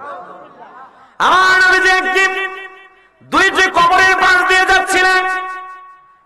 হাবিব সাল্লাল্লাহু আলাইহি ওয়াসাল্লাম সাহাবায়ে কেরামদেরকে ডাক দিয়ে বললেন, শোনো শোনো সাহাবীরা, তোমরা এদিকে আসো। সাহাবীরা নবীজির কদমের মধ্যে আসলেন। ওগো নবীজি, আপনি আমাদেরকে কি বলবেন? নবীজি বললেন, শোনো, আমি তোমাদেরকে জানিয়ে দিলাম, এই যে দুইটা কবর তোমরা দেখতেছো, এই দুইটা কবরের ভিতরে কঠিন কোন আযাব, কঠিন কোন দুনিয়ার আমলের কারণে শাস্তি দেওয়া হচ্ছে না। সামান্য থেকে সামান্য তুচ্ছ দুইটা বিষয়কে আবর্তন করে এই দুইটা কবরের মধ্যে শাস্তি দেওয়া হচ্ছে। বলেন আল্লাহু আকবার। আপনি আমি কোন নবীর উম্মত হয়েছি চিন্তা করেছেন? যেই নবী সাল্লাল্লাহু আলাইহি হাঁটতেন জমিনের মধ্যে, খবর রাখতেন কবরের মধ্যে। কথা বলেন না কেন? মেরাজের রজনীর মধ্যে আমার নবীজি গেলেন। মেরাজ থেকে এসে হযরত বেলালকে বললেন, বেলাল, কি এমন আমল করো যেই আমলের কারণে গতকাল জান্নাতের মধ্যে তুমি হাঁটতেছো, মদিনার মধ্যে আমি আওয়াজ শুনে আসলাম জান্নাতের মধ্যে। হয় না? আর আওয়াজ দিয়ে বলেন, কি এমন আমল করো? ইয়া রাসূলুল্লাহ সাল্লাল্লাহু আলাইহি ওয়াসাল্লাম, আমি তো কালো, আমাকে মদিনার মানুষগুলো নেগলেক্ট চোখে দেখে, আমার বংশ নয়, আফ্রিকার মানুষ আমি, আমাকে ওই রকমের দেখতে পারে না। একদিন আরবের মদিনার মানুষগুলো এসে বলল, হুজুর, আপনি বেলালকে তো আজানের জন্য বলেছেন, বেলাল তো ওই রকমের দেখতে সুন্দর না, ধনীর সন্তান না, ওনার মুখের মধ্যে তো একটু সমস্যা আছে। ইয়া রাসূলুল্লাহ সাল্লাল্লাহু আলাইহি ওয়াসাল্লাম, আপনি আমাদেরকে একটু অনুমতি দেন, আমরাও আজান দেই। আল্লাহ রাসূল সাল্লাল্লাহু আলাইহি ওয়াসাল্লাম বেলালকে বললেন, বেলাল, আগামীকাল ফজরের আজান তুমি দিবা না, আগামীকাল ফজরের আজান তারা দিবে। সেদিন বেলাল অঝর দ্বারাই কান্না করে দিলেন, ইয়া রাসূলুল্লাহ, আপনি আমাকে অনুমতি দিয়েছিলেন আজান দেওয়ার জন্য, আজকে কেড়ে নিবেন। রাসূলুল্লাহ সাল্লাল্লাহু আলাইহি ওয়াসাল্লাম বলছেন, বেলাল, তোমার সম্মান আমি তাদেরকে বোঝানোর জন্য এই কাজ করতেছি, তুমি স্টপ থাকো। যখন অনুমতির কথা বলো, ওই লোকদেরকে বললো আগামীকাল ফজরে আজান দিবা, সবাই তো বাড়ির মধ্যে গেল। বাড়ির মধ্যে গিয়ে সবাই উদ্গ্রীব উৎকণ্ঠার মধ্যে বসে রয়েছে, ফজরের আজান দিবে। আয় হায়, আজকে তো ফজরের ওয়াক্তই আসে না। কি আসে না? ফজরের ওয়াক্তই তো আজকে আসতেছে না। সাহাবায়ে কেরামগণ গিয়ে বললেন, ইয়া রাসূলুল্লাহ সাল্লাল্লাহু আলাইহি ওয়াসাল্লাম, ফজরের ওয়াক্ত না আসলে আমরা কেমন করে দিব? রাত এত দীর্ঘ হয়ে গেল কেন? রাসূলুল্লাহ বলছেন, আমার বেলাল যতক্ষণ আযান না দিবে ততক্ষণ ওয়াক্ত আসবে না। রাসূল বলছেন, বেলাল কি আমল করো? হুজুর, আমল ওই রকমের নাই। হাতি দুনিয়ার মধ্যে ঠিক জান্নাতে আওয়াজ আপনি শুনেছেন, ওই রকমের আমল নাই। যখন আমি ওযু করি, কি করি? ওযু করে মসজিদে প্রবেশ করে তাহিয়াতুল ওযুর 2টা রাকাত নামাজ করি, এইটাই আমার স্পেশাল আমল। রাসূল ডাক দিয়ে বলেন, তোমার এই স্পেশাল 2 রাকাত তাহিয়াতুল ওযুর নামাজের কারণে আল্লাহ তোমাকে এত সম্মান, এত সম্মান, এত সম্মান দিয়েছে, তুমি বেলাল হাঁটো জমিনের মধ্যে, আমি আওয়াজ শুনে আসলাম জান্নাতের মধ্যে। সুবহানাল্লাহ। রাসূলুল্লাহ বলেন, উম্মত, তোমাদের জন্য জন্য জান্নাতে যাওয়া কঠিন কোনো বিষয় না, যাওয়া সহজ। যাওয়া কি? নাম্বার 1 ঈমান ঠিক করা, আকীদা ঠিক করা। ঈমান আকীদা ঠিক করে আপনি সামান্য থেকে সামান্য ছোট ছোট কয়েকটা আমল নেন প্রত্যেকের জীবনের মধ্যে। যেমন একটা আমলের নাম ওযু। আমলের নাম কি? রাসূলুল্লাহ সাল্লাল্লাহু আলাইহি ওয়াসাল্লাম বলেছেন, কোন উম্মত যদি ওযু কমপ্লিট করার পর, মনে করেন ওযুর পানি নিলেন, ওযুর পানি নিয়ে মুখমণ্ডল ধৌত করলেন, হাত ধৌত করলেন, মাথা মাসা করলেন, পা মাসা ধৌত করলেন, এই চারটা ফরজিয়াত সুন্নাত গুলো আপনি আদায় করলেন। রাসূলুল্লাহ বলছেন, ওযুর পানি নিয়ে কেউ যদি মুখমণ্ডল ধৌত করে, ওই মুখ দিয়ে, হাত দিয়ে, পা দিয়ে, মাথা দিয়ে যত গুনাহ হয়েছে আল্লাহ সব গুনাহ মাফ করে দেবেন। আর ওযুর শেষে কেউ যদি আশহাদু আল্লা ইলাহা ইল্লাল্লাহু ওয়াহদাহু লা শারীকা লাহু ওয়া আশহাদু আন্না মুহাম্মাদান আবদুহু ওয়া রাসূলুহু আল্লাহুম্মা ইজআলনি মিনাত তাওয়াবিন ওয়াজআলনি মিনাল মুতাতাহহির। রাসূল বলেছেন, কেউ যদি ওযুর পর এই আমল করতে পারে, আল্লাহ তাআলা তার জন্য 8 জান্নাতকে খুলে দিবেন। মা বোনদের ব্যবস্থা আছে? মা বোনদের পর্দার মহিলাদের ব্যবস্থা আছে? আছে। মা বোনেরা যারা আছেন, মা বোনদের জন্য সুসংবাদ আছে। এই উম্মত একত্রে 8 জান্নাতে যেতে পারে এই ওযুর করে, এই দোয়া করে। আবার নারীরা মাত্র 4টা কাজ করে সহজে জান্নাতে যেতে পারে। সুবহানাল্লাহ। কোন নারী যদি 5 ওয়াক্ত নামাজ পড়ে, কয়েকটা মা বোনেরা শুনবেন, কোন নারী যদি রমজানের রোজা রাখে, কোন নারী যদি নিজের সতীত্ব, মান সম্মান, ইজ্জত বজায় রাখে, কোন নারী যদি স্বামীর খেদমত করে, কয়টা আমল? আবার বলছি, নারীরা, মা বোনেরা শুনবেন, একটা আবার কোন নারী যদি 5 ওয়াক্ত নামাজ পড়ে, কোন নারী যদি রমজানের রোজা রাখে, কোন নারী যদি স্বামীর খেদমত করে, কোন নারী যদি নিজের সম্মান, মানে পর্দার ভিতরে থেকে নিজের সম্মান বজায় রাখে, রাসূলুল্লাহ বলেছেন ওই নারীকে আল্লাহ রাব্বুল আলামিন একত্রে 8 জান্নাতে যাওয়ার অনুমতি দিয়ে দিয়েছে। তাহলে ভাই, শুধুমাত্র 5 ওয়াক্ত নামাজ ঠিক রাখেন, স্পেশাল কিছু কিছু আমল নেন, ছোট ছোট আমল নেন। সাহাবায়ে কেরামগণ ছোট ছোট আমল নিয়ে জান্নাতে গিয়েছেন। হযরতে মুয়াবিয়া ইবনে মুয়াবিয়া ওনার নাম, তিনি এসে একবার আল্লাহ রাসূলের কাছে বলেন, হুজুর আমি আপনার কাছে কি শিক্ষা গ্রহণ করব? রাসূলুল্লাহ তাকে সূরা ইখলাস শিক্ষা দিলেন। কি শিক্ষা দিলেন? সূরা ইখলাস ছোট না বড়? খুবই ছোট সূরা। ওই সাহাবী সব সময় সূরা ইখলাস পড়তো। যেদিন তিনি ইন্তেকাল করলেন, হযরত জিবরাইল আলাইহিস সালাম ৭০,০০০ ফেরেশতা নিয়ে ওনার জানাজা এসেছে। কয় হাজার? ৭০,০০০ ফেরেশতা নিয়ে ওনার জানাজা এসেছে। রাসূলুল্লাহ বলেন, বাইরে জিবরাইল, বুঝলাম না তুমি আজকে কালো পাগড়ি পরিহিত অবস্থায় জানাজায় কেন? ওই সাহাবীর জানাজার ফজিলত বর্ণনা করতে গিয়ে হযরত জিবরাইল বলেন, হুজুর আল্লাহ তাআলা আপনার এই উম্মতের ছোট্ট একটা আমলের প্রতি এত খুশি হয়েছেন যে এই সাহাবীটা কন্টিনিউ নিয়মিত সূরা ইখলাস তেলাওয়াত করত, যার কারণে আল্লাহ তাকে জান্নাতের সুসংবাদ দিয়েছেন। আমি সহ ৭০,০০০ ফেরেশতারা তার জানাজার মধ্যে উপস্থিত হয়েছে। তাহলে এই যে দুইটা আমল বললাম, আমলগুলো সহজ কিনা? কথা বলেন ভাই। কিন্তু আমরা নিতে পারছি না, আমরা ওযুও করতেছি না, সময় আছে হাতে, মসজিদে ঢুকছি, কিন্তু মসজিদে ঢুকে আমরা সময় থাকা সত্ত্বেও এমনি এমনি বসে রয়েছি। কথা বলেন না।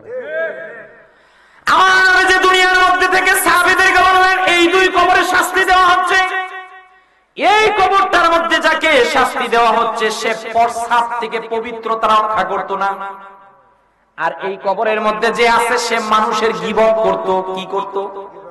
গীবত করত। রাসূল বলেছেন ছোট্ট 2টা কাজের কারণে তাদেরকে শাস্তি দেওয়া হচ্ছে। রাসূলুল্লাহ খেজুর গাছের একটা ডাল হাতের মধ্যে নিয়ে গেড়ে দিলেন, বললেন যতদিন খেজুর গাছের ডাল জিন্দা থাকবে ততদিন কবরে আযাব হবে না। বলেন আল্লাহু আকবার।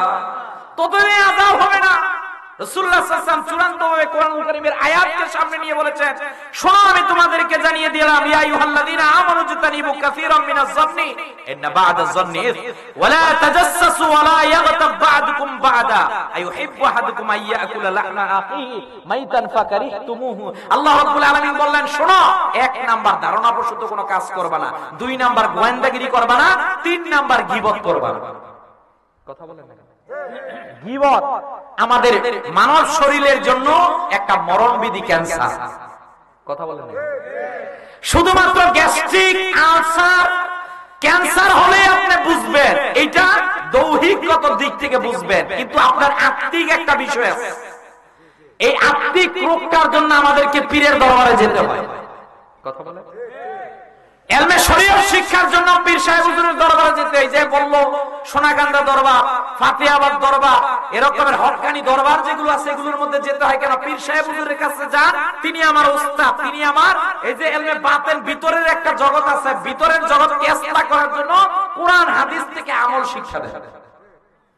কথা বলেন না কেন? কিন্তু গীবত আমাদের সমাজে কেমন ছড়িয়ে গেছে আমি কয়েকটা পয়েন্টে আকারে আপনাদেরকে বলি। মনে করেন আপনার এলাকার মধ্যে দূর এলাকা থেকে একটা লোক আসলো আপনার এলাকার মধ্যে আত্মীয় করার জন্য। কি করার জন্য আসে না? আত্মীয় করার জন্য আসলো, মেয়ে ছেলের বাড়ি দেখার জন্য আসলো। এখন আপনি দোকানের মধ্যে বসে রয়েছেন, আপনার কাছে এসে দেখে বললো, ভাই এই যে উমুক মির্দাবাড়ির জনাব উমুক সাহেবের ছেলেটা কেমন? এখন আপনার মধ্যে হিংসা ঢুকে গেল। কি ঢুকে গেল? এই হিংসা আপনাকে কোন জায়গায় নিয়ে যাচ্ছে আপনি দেখেন। আপনি বললেন উমুক মিয়া, হ্যাঁ উমুক মিয়া চিনতে পারছি তো, কি করবে? তার সাথে আত্মীয় করব। বলো আপনি কিছু জানেন না? কিছুই জানেন না? বলো কিছু জানি না বলতে কে ছেলের কোন সমস্যা? না ছেলের এমনিতে কোনো সমস্যা, আপনি কিছুই জানেন না। বললো ছেলে এমনিতে ভালো, তবে মাঝে মধ্যে পেঁয়াজ খায়। কি খায়? পেঁয়াজ খাই, এটা তো বুঝলাম না। ছেলে ভালো, একেবারে 100 থেকে 100, তো মাঝে মধ্যে একটু বাবা খায়। কি খায়? বিয়া আছে না গেছে? কথা বললেন না, বিয়া আছে না গেছে? আসলে কিন্তু না ভাই, আপনি সামনে বইতে, না না না না না না ভাই ভাই সরি সরি, সামনে যার উসিলায় আসলাম, উনি যদি পিছনে থাকে এটা হবে? কথা বলেন না কেন? আল্লাহ ভাইয়ের এলম ও হায়াতে বরকত দান করে দেখ, সকলে বলেন আমিন। তো আমি বলছি এই যে আপনি দোকানের মধ্যে বসলেন, কেমন? আপনারা কষ্ট পাচ্ছেন? I am sorry to say, আমাকে তো বাস্তবতা, যেহেতু ভাই আমারে কঠিন একটা বিষয় দিচ্ছে, যদিও আমি দা সিগনিফিকেন্স অফ ঈদ মিলাদুন নবী সাল্লাল্লাহু আলাইহি ওয়াসাল্লাম ইন হিউম্যান লাইফ, আমার সাবজেক্টটা রাসূল সাল্লাল্লাহু আলাইহি ওয়াসাল্লামের জীবনী, কিন্তু বিষয়টা এমন এক পড়ে গেছে, কারে যে ছুরি আঘাত করি আমি জানি না। সকালবেলা যা করার হুজুরে ধরবেন। কথা বলেন না কেন? যে আমাদের অজান্তে এমন কিছু গীবত হয়ে যাচ্ছে। ফজরের নামাজ আমি পড়লাম মসজিদে, ঠিক ফজরের নামাজ মসজিদের মধ্যে পড়ে পাশের একটা দোকানের মধ্যে আমি গিয়ে বসলাম, কারণ আমার প্রতিদিন চা না খেলে ভালো লাগে না। কথা বলেন না কেন? আমি দোকানের মধ্যে গিয়ে বসলাম, আমি কিন্তু মাত্র ফজরের নামাজ পড়ে সূরা হাশরের শেষ 3 আয়াত ওজিফা জিকির আজগার হুজুরে বয়ান করলো, গীবত করা যাবে না ইত্যাদি ইত্যাদি শুনে আসলাম, কিন্তু আমার মাথায় এখনো টুপি আছে। কি আছে? মানে এখন আমি পুরোপুরি হাজি মুসল্লি। দোকানের মধ্যে বসলাম, অমুক সাপকে ডাক দিল, এই আব্দুর রহিম চা দে তো একটা, রং চা দিল জনাব আব্দুর রহিম রং চা। চাটা কাপটা হাতের মধ্যে নিয়ে বলতেছে, পাশে দেখলো আরেক ভাই আসলো, ভাইকে ডাক দিয়ে বলে, শুনছেন নি খবর? বলে কি হইলো?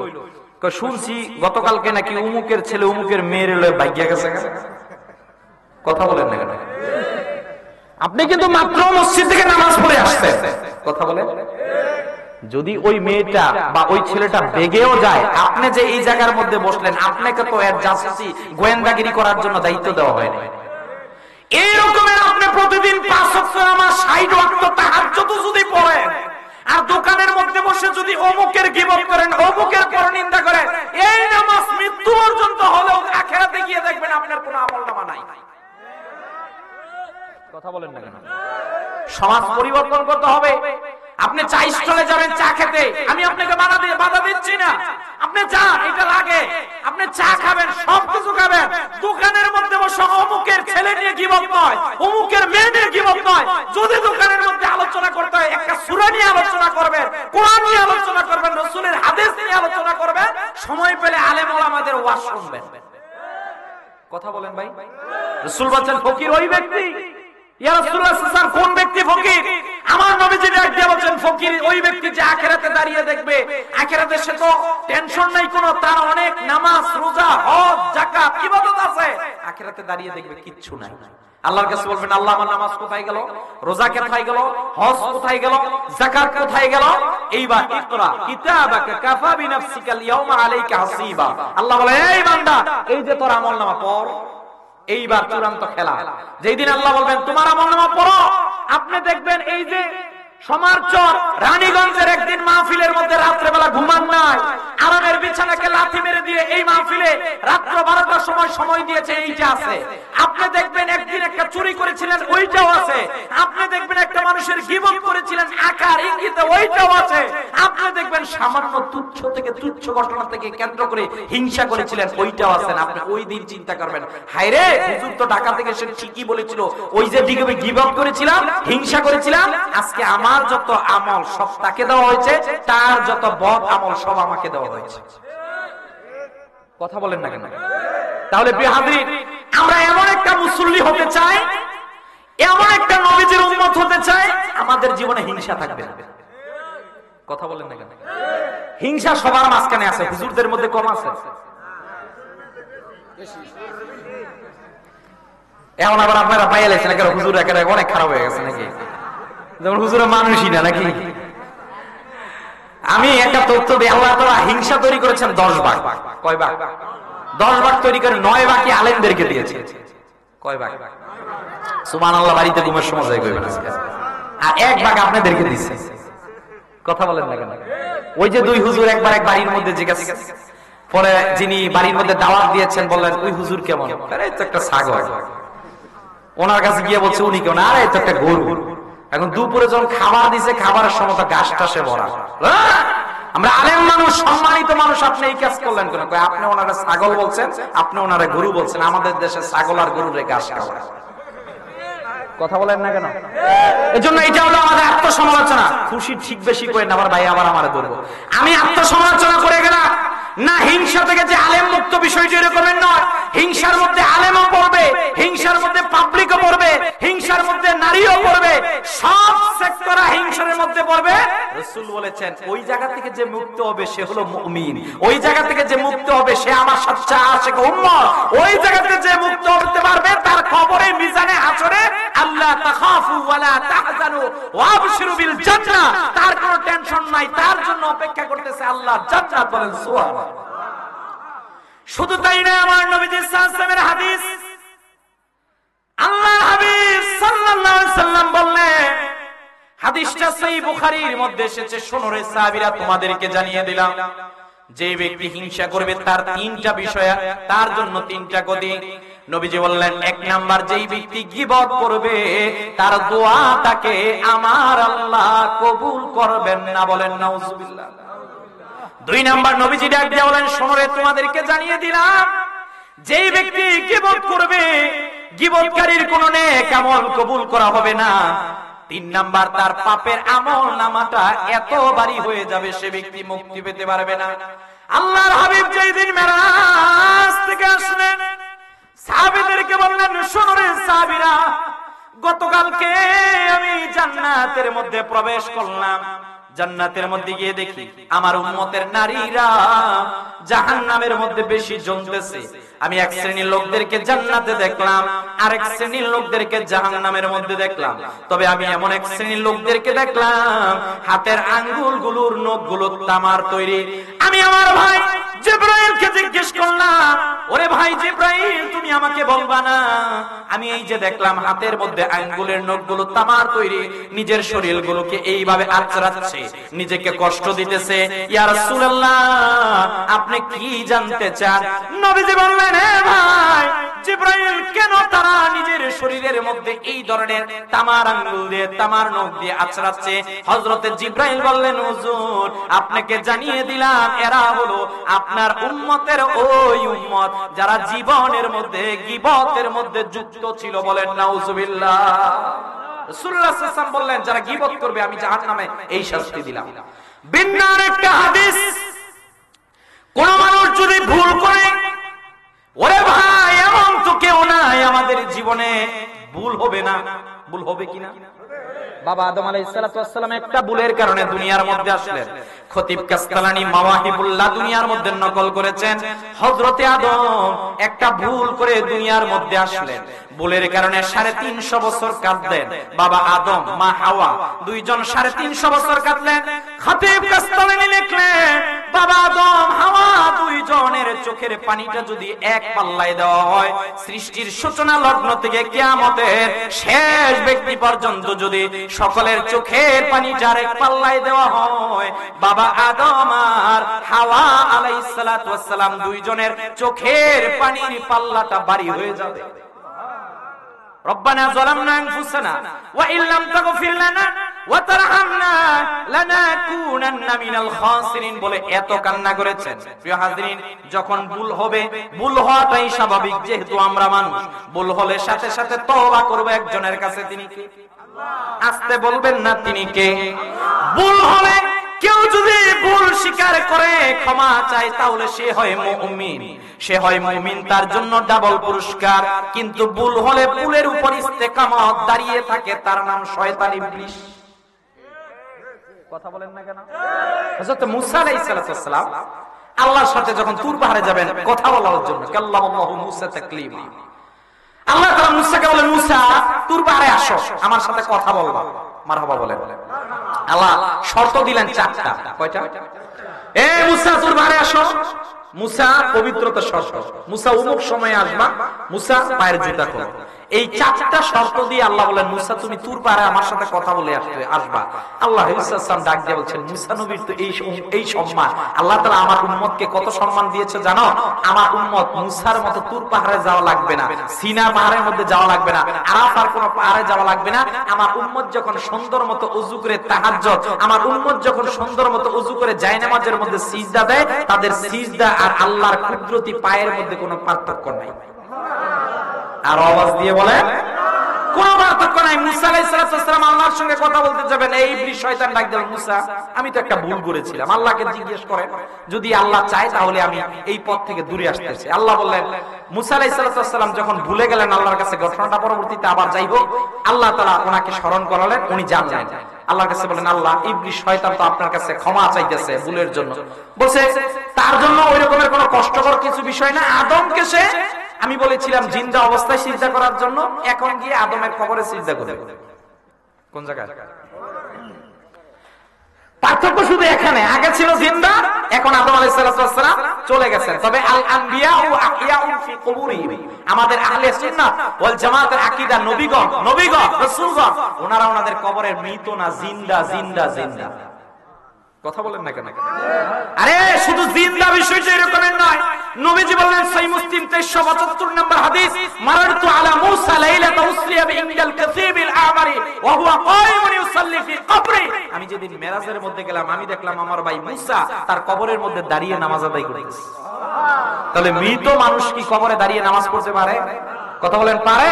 আমার নবীজি সাল্লাল্লাহু আলাইহি ওয়াসাল্লাম বলছেন, মুসনাদে আহমদের হাদিস, আরেকটা মুসনাদে বাজ্জারের হাদিস, রাসূলুল্লাহকে হযরত আবু বকর বলেন, হুজুর আপনি যদি দুনিয়া থেকে চলে যান আমাদেরকে কে দেখবে?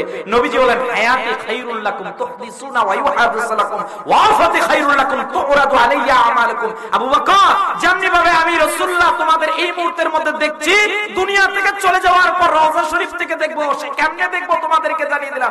আমার প্রতিটা উম্মতের আমলনামা রওজা শরীফে আমার সামনে দেওয়া হবে। তো যিনি, যদি আহলে হাদিস ভাইদের মতো আপনি আমি বলি যে রাসূল মাটির সাথে পচে গলে শেষ হয়ে গেছে, তাহলে রাসূল আমাদেরকে আমলনামা কেমন করে দেখে? কথা বলেন না কেন?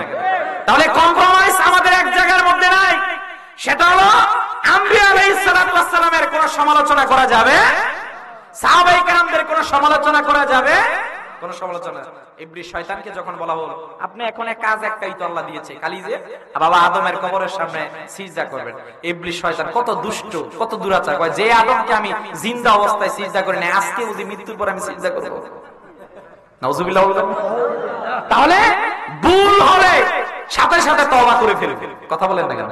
আমি 2 ঘন্টা লেকচার দিব, আমার যে সব সহি বিষয়টা এইরকমের না। আমার ভুল হতে পারে, ভুল হলে আমি তওবা করব, তওবা করলে আল্লাহ সম্মান বাড়াবে। এখন ভুল হয়েছে, বলবো না আমার ভুল হতে পারে না, আমি আল্লামা অমুক, আল্লামাতুদ দাহার অমুক সুমুক ইত্যাদি, আমি হলাম শয়তানের খালাতো ভাই। কথা বলেন না? হতেই পারে।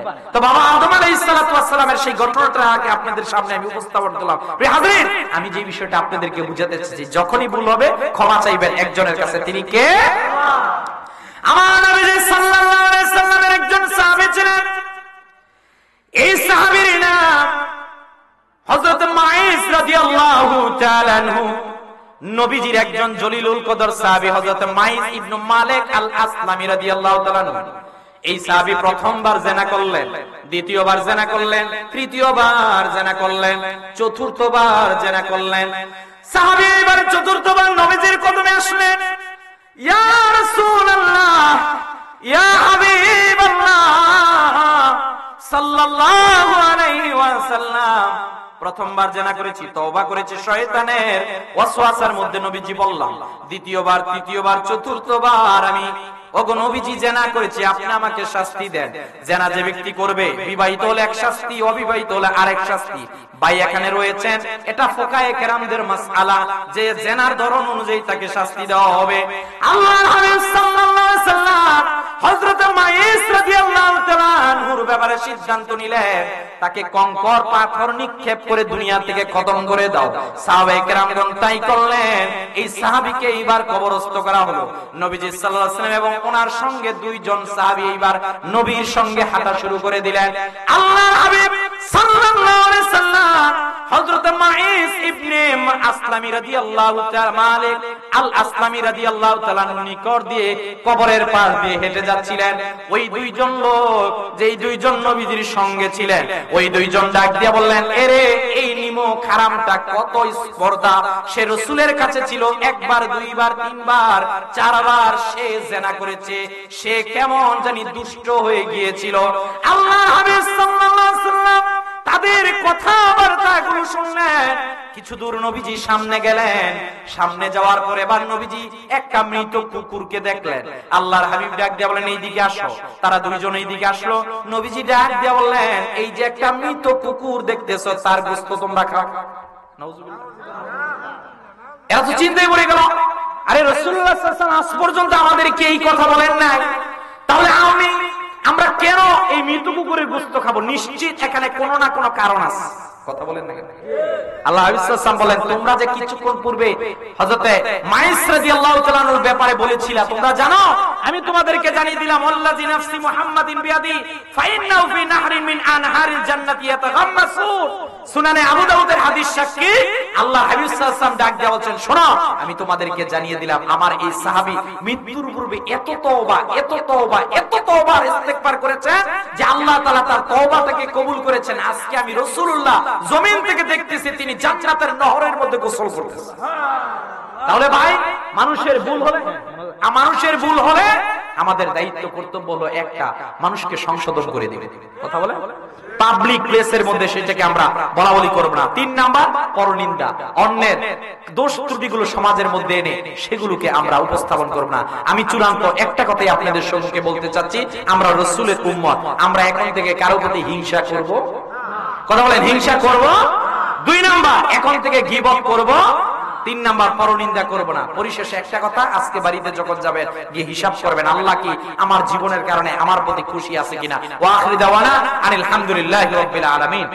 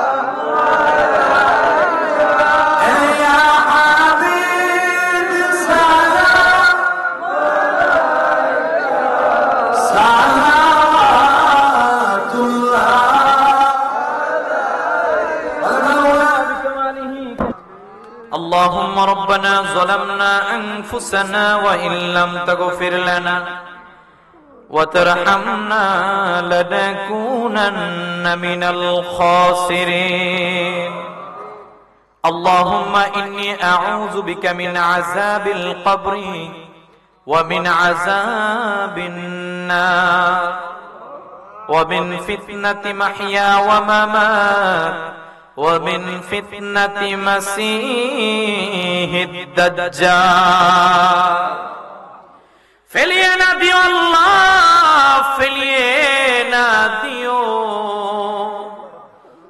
গুনাহ যত করেছি আমরা মাফ তুমি করিও। বান্দা সে বন্দিগি নাই, শেষ করেছি জিন্দেগি। আখিরাতে বিচার দিনে পাপীদের উপায় কি? রহমান রহিম নামে নিয়েছি তোমায় মানিয়া, কেমন করে আমাদেরকে জাহান্নামে ফেলিবা। ভাইয়েরা আমার, বন্ধুরা আমার, পর্দানিশীন মা বোনেরা, মনে করেন আজকের মোনাজাত আপনার আমার জীবনের শেষ মোনাজাত।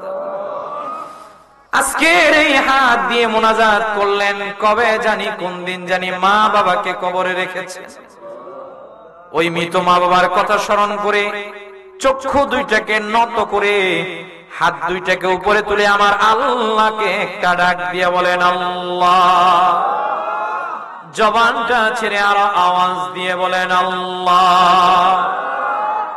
রব্বুল আলামিন সমারচর ওরানিগঞ্জ গ্রামের সকল মুর্দেগানদের ইসালে সাফ উপলক্ষে 3 দিন ব্যাপী এই তাফসীরুল কোরআন মাহফিলের প্রথম দিবসের প্রথম দিনের সকল কার্যক্রম সফলতার সাথে সম্পূর্ণ করে আল্লাহ গভীর রজনীর মধ্যে দোয়া যখন কবুল হয়, আল্লাহ গো এই সময়ের মধ্যে আমি মুসাফির মানুষ, এতগুলো মানুষকে নিয়ে আমি গুনাহগার, ইয়েতিম, কাঙ্গাল, ভিক্ষুকের মতো, নাদানের মতো, আলেম ওলামা, যুবক ভাই, মুরব্বী বাবাজিরা সকলকে নিয়ে গো আল্লাহ তুললাম। আল্লাহ যার দুটি হাত আপনার দরবারে কবুল হয়েছে, ওই হাতের উসিলায় আপনি আমাদের জীবনের গুনাহগুলোকে মাফ করে দেন। কে জানি রে, গত বছর মাহফিল শেষে বাড়ির মধ্যে গিয়ে দেখ, বাড়ির মধ্যে স্ত্রী ঘুমায়, সন্তানেরা ঘুমায় রে। বাড়ির দুয়ারের সামনে তাকিয়ে দেখতো মা জনম দুঃখিনী ঘুমায় না। কে জানি রে, দেখতো বাবা ঘুমায় না। একটা বছরের ব্যবধানে অল্প কিছুক্ষণ পর বাড়ির মধ্যে গিয়ে দেখবো রে সবাই ঘুমায়। গত বছরের মতো তো আর মানায়। আমি আমার কবরস্থানে আসবো, মা বলে ডাক দিব, মাগো আপনার মধুমাখা নাম সন্তান বলে তো আর কেউ ডাক দেয় না। ও দুনিয়ার মধ্যে কোন কষ্ট আমাকে করতে দেন নাই, মাগো আজকে আপনার সন্তান লক্ষ লক্ষ টাকার মালিক হয়েছে, বাড়ির মধ্যে কোনো কিছুর অভাব নাই। ও বাবা গো, বাড়িতে কোনো কিছুর অভাব নাই। আল্লাহ মা বাবার কবরের সামনে গিয়ে মা বাবা বলে ডাক দিলে তো আর খবরও নাই, খবরও নাই। আল্লাহ গো, আমাদের যাদের মা বাবা কবরবাসী হয়েছে, আমাদের হাত গুলাকে সরিয়া করে আপনি মা বাবার কবর গুলাকে আপনি জান্নাতের বাগিচার উলাতে যারা এসে বুঝে রে মা না থাকার কি যন্ত্রণা, যার বাবা নাই সে বুঝে রে বাবা না থাকার কি যন্ত্রণা।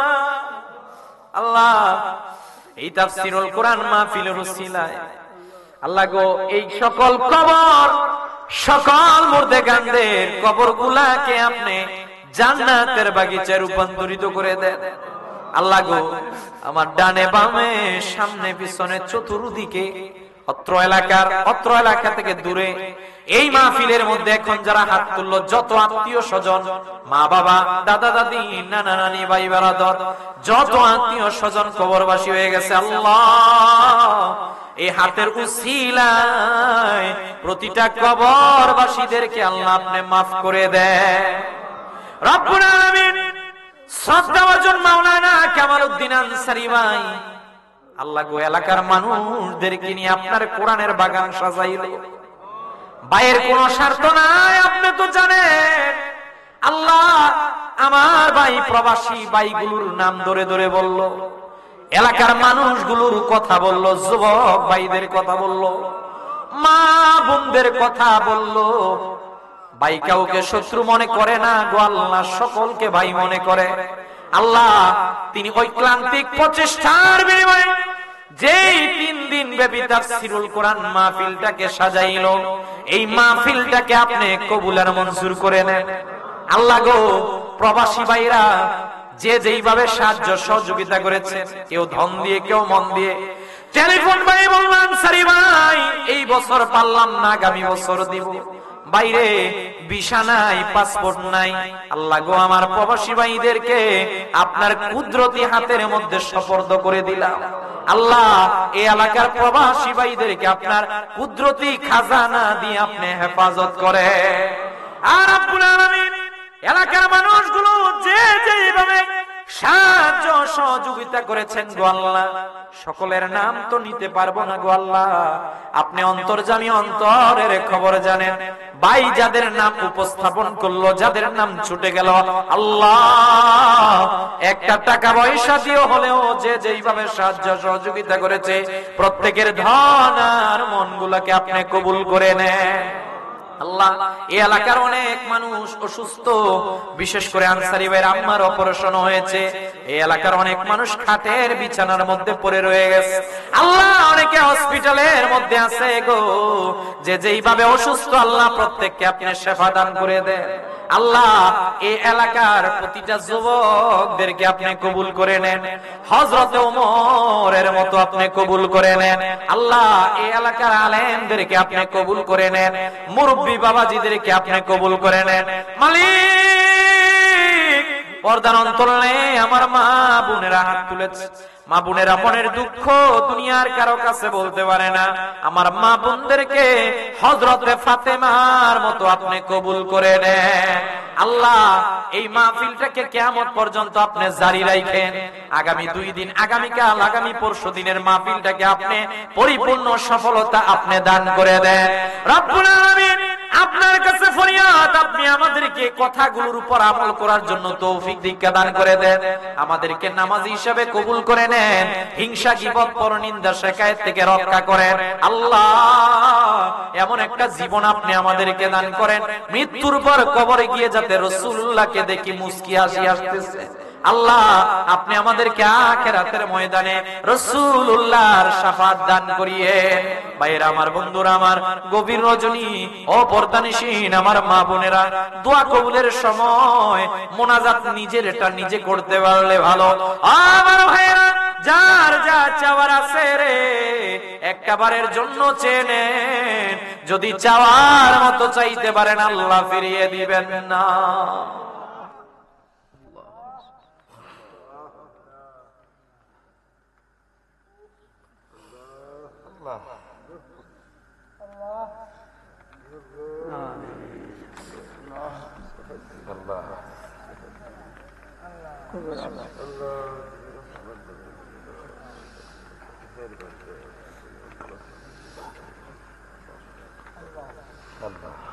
اللهم ارحم أمة محمد صلى الله عليه وسلم.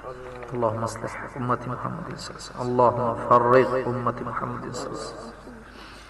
আল্লাহ আপনি বাংলাদেশের উপর খাস রহমত নাজিল করেন। আল্লাহ আল্লাহ আপনি ফিলিস্তিনের মুসলমানদের উপর খাস রহমত নাজিল করেন। আল্লাহ ফিলিস্তিনের মধ্যে মুজাহিদ যারা শহীদ হয়েছে, জান্নাতে উচ্চ মাকাম দান করেন। আল্লাহ আল্লাহ আমরা তো আমাদের জীবনের মধ্যে কি নিয়ে আপনার সামনে দাঁড়াবো? আল্লাহ দাঁড়ানোর কিছু নাই, শুধু আপনার রাসূলের ভালোবাসার কথা বলি। আল্লাহ আপনার রাসূলকে যদি একবার আমরা স্বপ্ন চোখে দেখতে পারি, আমাদের জীবন সার্থক। আল্লাহ আল্লাহ এখানে প্রত্যেকটা মানুষ নিজের জীবনে এইটাই রাখে, আল্লাহ জীবনে একবার হলো মক্কা মদিনার মুসাফির না বানিয়ে আপনি কবরে ডাক দিয়েন না। আল্লাহ মনে বড় আশা ছিল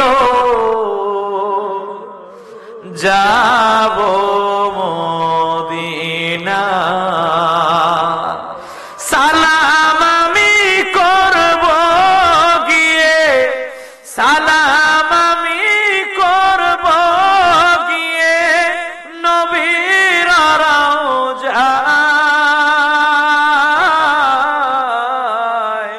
মনে বড় আশা ছিল যাব মদিনা, মদিনা যাইতে পারলাম না, মদিনা দেখতে পারলাম না। আমি অসহায় তাই এত দূরে রয়, আমি অসহায় তাই এত দূরে রয়, শুধু সালাম জানাই মদিনা যাইতে পারলাম না, মদিনা দেখতে পারলাম না। ভাগ্যবানরা মদিনাতে যায়, আমরা গরিব যারা কেঁদে বুক ফাটাই, গরিব হইছি তাতে দুঃখ নাই, মরণের কালে যদি নবী পাই, মরতেই হবে যখন আমাদের, রমজানে মরণ দিয়ে না আমাদের, জুমাবারে মরণ দিয়ে না আমাদের, ফজরে মরণ দিয়ে না আমাদের। আল্লাহ আজকের এই মাহফিলের প্রথম অধিবেশনের যিনি সভাপতি, সম্মানিত আলোচক বিন্দু, আল্লাহ প্রত্যেককে আপনি কবুল আর মঞ্জুর করে নেন। আল্লাহ বিশেষ করে আমার শ্রদ্ধাভাজন এলাকার কৃতি সন্তান যার দাওয়াতে আমরা এখানে এসেছি, যিনি সারা দেশের মধ্যে কথা বলেন, আল্লাহ হযরত মাওলানা কামালউদ্দিন আনসারী ভাইয়ের কণ্ঠটাকে আপনি বিস্ময় করে দেন। আল্লাহ আল্লাহ ওনার পরিবারকে আপনি কবুল আর মঞ্জুর করে নেন। আল্লাহ ওনার ইলম ও হায়াতকে কবুল করে নেন। আল্লাহ আল্লাহ আপনার কাছে আমরা কারো বদদুয়া দেই না। আল্লাহ যারা এই মাহফিলের বিরোধিতা করে, আল্লাহ এদেরকে আপনি সহি সমাজ দান করে দেন। আল্লাহ আল্লাহ এদের সহি সমাজের জন্য আপনার কাছে আল্লাহ সাহায্য চাই। আল্লাহ আর আল্লাহ যদি হেদায়েত না থাকে তাহলে আপনি তাদেরকে ধ্বংস করে দেন। আল্লাহ ও সাল্লাল্লাহু তাআলা আলা খায়রি খালকি নূরে মুহাম্মাদ ওয়া আলিহি ওয়া আসহাবিহি ওয়ান নাস আজমাইন। আল্লাহ শেষ ফরিয়াদ আপনার কাছে, আপনি যেদিন আমাদের জন্য মালাকুল মউত পাঠাইবেন, আর সে মালিক সেদিন আপনি আমাদের জবানে জারি করে দিয়েন মধুর কালেমা লা ইলাহা ইল্লাল্লাহু মুহাম্মাদুর রাসূল।